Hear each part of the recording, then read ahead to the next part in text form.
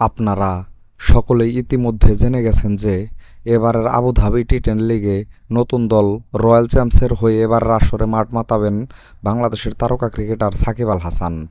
আসুন আজকের এই ভিডিওতে জেনে নেই সাকিব ছাড়াও এবারে টুর্নামেন্টে রয়্যাল চ্যাম্পসের হয়ে খেলবেন যেসব খেলোয়াড়েরা।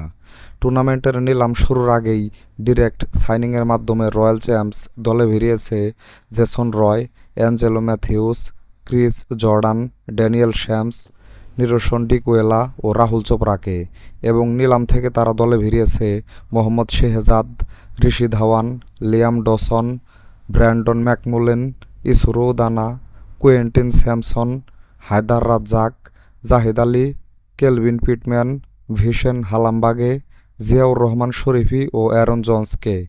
আগামী ২৮শে নভেম্বর পর্দা উঠবে এবারের টি-10 লিগের আসরের, যেখানে একে অপরের মুখোমুখি হবে মোট ৮টি দল। তো বন্ধুরা, ভিডিওটা ভালো লাগলে একটা লাইক দিন। সাথে ক্রিকেট ও ফুটবলের নতুন নতুন আপডেট পেতে এখনই আমার চ্যানেলটাকে সাবস্ক্রাইব করে দিন। সকলকেই ধন্যবাদ।